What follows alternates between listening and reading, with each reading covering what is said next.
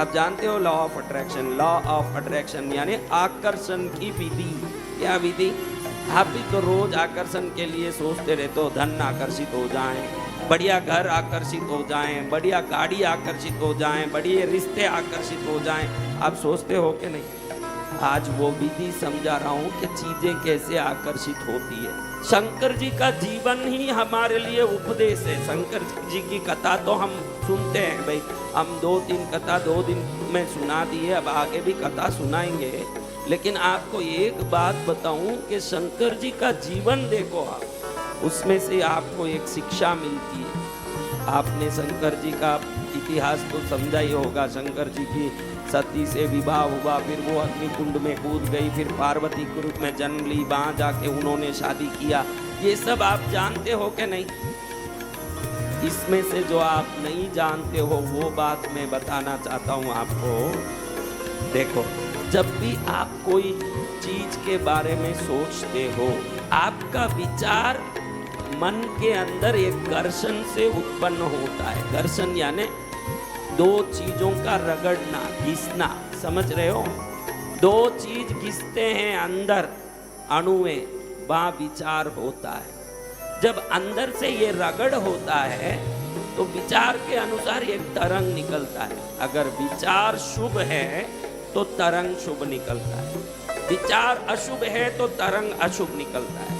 तो वो तरंग जैसे जाता है वैसी चीजों को खींच के लाता है। दुनिया के किसी भी आदमी को पता नहीं है कि मेरे दुख के विचार ही बाहर जाके दुख को खींच के ला रहे हैं। घड़ी घड़ी हम 24 घंटे दुखी रहते हैं, मैं दुखी हूँ, मैं परेशान हूँ। उनको मालूम नहीं ये विचार तरंग के रूप में बाहर जाता है और दुख को खींच के लाता है। अब लॉ ऑफ अट्रैक्शन कहता है कि कोई भी वस्तु के बारे में आप तरसोगे, जितना तरसोगे वो इतना मुश्किल से मिलेगा। आपको आज ये बता दूं, आप जितना तरसोगे कि इसको मुझे पाना ही है, इसको मुझे पकड़ना ही है, और उसके पीछे रोओगे, दौड़ोगे, मेहनत करोगे, उतनी मुश्किल से मेहनत करो तो भी मुश्किल से ही मिलेगा। आप ये समझ लोगे कि ये चीज मेरी है, कहाँ जाएगी? जब वो शांति से तृप्त होके बैठोगे, उसको पाने का अधिकार आपको आपके शरीर का तरंग दे देता है। उस समय वो चीज आपके जीवन में आता है। और आज की दुनिया सदा तरसती है हर चीज के लिए। आप जो चीज चाहिए वो मुझे मिलेगा ही मिलेगा, ऐसे तृप्त होके बैठे हो कि तरसते हो? आप ही बताओ, आप बताओ मुझे, भैया बोलो। हाँ, लॉ ऑफ अट्रैक्शन कहता तरसना बंद करो तो वो चीज आपके लिए तरसेगी। कविकार कहते हैं जब तक तू तरसता है एक बूंद पानी के लिए भी तुझे पीछे भागना पड़ेगा। जिस दिन तू सोच लेगा कि ये चीज मेरी है, कुआं स्वयं तुझे ढूंढ के आएगा पिलाने के लिए। ये शास्त्रों का नियम है। पहले आपको तरसना बंद करना पड़ेगा, मेरा ये चीज नहीं आ रहा, ये चीज नहीं मिल रही है, ये मेरे से नहीं हो रहा, ये काम नहीं हो रहा, ये व्यवस्था नहीं हो रही है। ये तरस जिस दिन बंद होगा ना, मस्त हो जाओगे।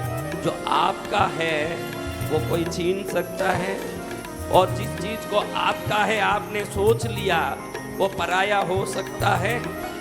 तो सोच लो कि वो चीज मेरा ही है, तृप्त रहो। वो चीज जल्दी आने के लिए ये शुभ विचार व्यवस्था कर देगी, सही विचार उस चीज को खींचेगी। जब तक वो विचार नहीं आएगा, विचार से ही दुखी है आदमी। मैं बीमार रहता हूँ, मैं बीमार रहता हूँ, विचार बीमारी को खींचेगा। मैं दुखी रहता हूँ, मैं दुखी रहता हूँ, वो विचार दुख को खींचेगा। क्योंकि आप अंदर एक विचार करते हो, उस विचार के अनुरूप एक तरंग बाहर जाता है ब्रह्मांड में। वो विचार के अनुरूप के चीज को खींच के वापस लाता है, आपके पास छोड़ के ही जाएगा। वो विचार एक घटना को आपके पास छोड़ के ही जाएगा। बीमारी का विचार बीमारी को, दुख के विचार दुख को, धन के विचार धन को, सुख का विचार सुख को लाता है। इसीलिए आजकल लॉ ऑफ अट्रैक्शन वाले कहते हैं मेरे पास बहुत धन है, मेरे पास बहुत सुख है। बराबर सुबह शाम बोलते रहो, कुछ दिनों में देखोगे कि आपके जीवन में समृद्धि के रास्ते खुल रहे हैं। क्योंकि जैसे सोचो वैसा ही होता। लेकिन हम कैसे सोचते हैं? हमारा आप ही बोलिए। शंकर जी का जीवन देखिए, लॉ ऑफ अट्रैक्शन का बहुत बड़ा एग्जाम्पल है, बहुत बड़ी एक उदाहरण भगवान शंकर के जीवन से हमको मिलता है। कैसे मिलता है महाराज? देखो, दक्ष प्रजापति की पुत्रियां हुई, 27 पुत्रियों को तो चंद्रदेव ने विवाह कर लिया। रोहिणी आदि जितने भी नक्षत्र हैं चंद्रदेव की पत्नी है, जो दक्ष प्रजापति की पुत्रियां हैं।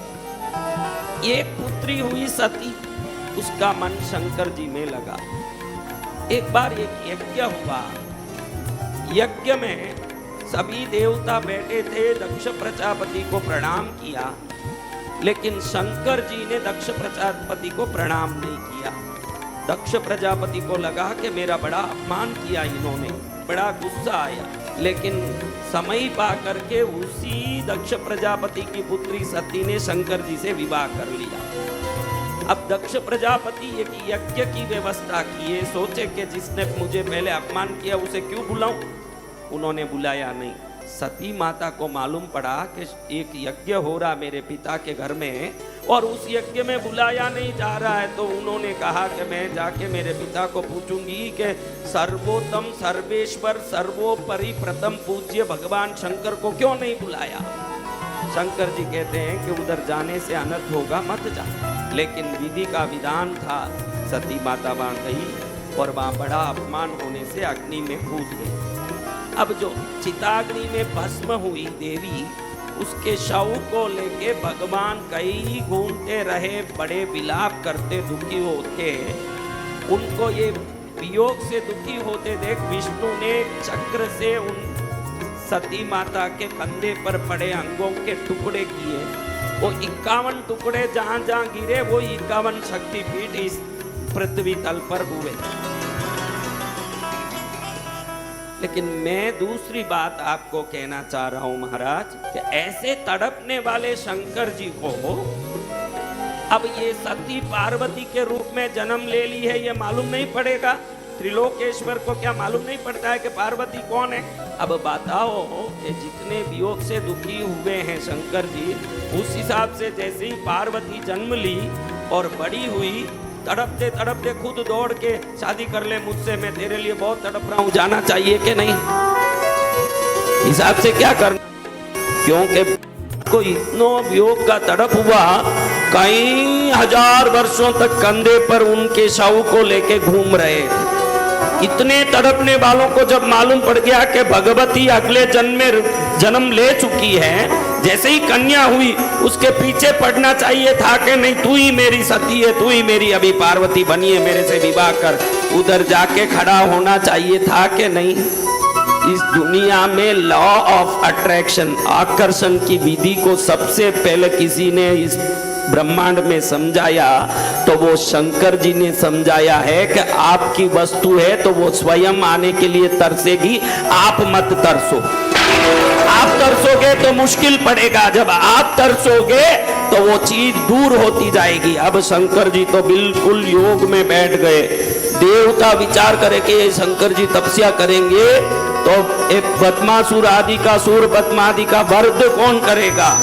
तो उल्टा कामदेव को भेजे, शंकर जी पर बाण छोड़े, उसमें भी कामदेव को ही भस्म कर दिया शंकर जी ने, कोई प्रभाव नहीं पड़ा। अब माता तपस्या कर रही है, आप किसी व्यक्ति को चाहते हो तो वो व्यक्ति, वो वस्तु आपका है, ये तृप्ति के साथ बैठोगे। जब आप शांत हो जाओगे, अब वो व्यक्ति या वस्तु आपको पाने के लिए तरसेगा। यही पार्वती का तप है। इतना प्यार है शंकर जी का, तो पार्वती के लिए हिसाब से शंकर जी को तप करना चाहिए था। इतना वियोग से दुखी हो, आपने कभी ये सोचा ही नहीं होगा। Shankar ji law of attraction को अच्छी तरह जानते हैं, आकर्षण की विधि को, कि जो वस्तु हमारी है उसके प्रति निश्चिंत होके बैठे रहो। अब निश्चिंत होने का तरंग जब बाहर जाएगा, जिस व्यक्ति या वस्तु के लिए आप निश्चिंत हो गए वो तरसने लगेगा अब आपके पास आने के लिए। अब पार्वती ने तपस्या शुरू कर दिया। तपस्या करना किसको चाहिए था महाराज? जिसको प्यार ज्यादा है वही तो पाने तरसेगा। शंकर जी का प्यार अद्भुत और अद्वितीय है, लेकिन तपस्या किसने किया? तो आप भी किसी चीज के लिए मत तरसो, ये चीज मेरी है वो और मेरी ही है, आज से ये विश्वास लेके बैठो, वो चीज तरसते हुए आपके पास आएगा, ये मैं निश्चित रूप से बोलता हूं।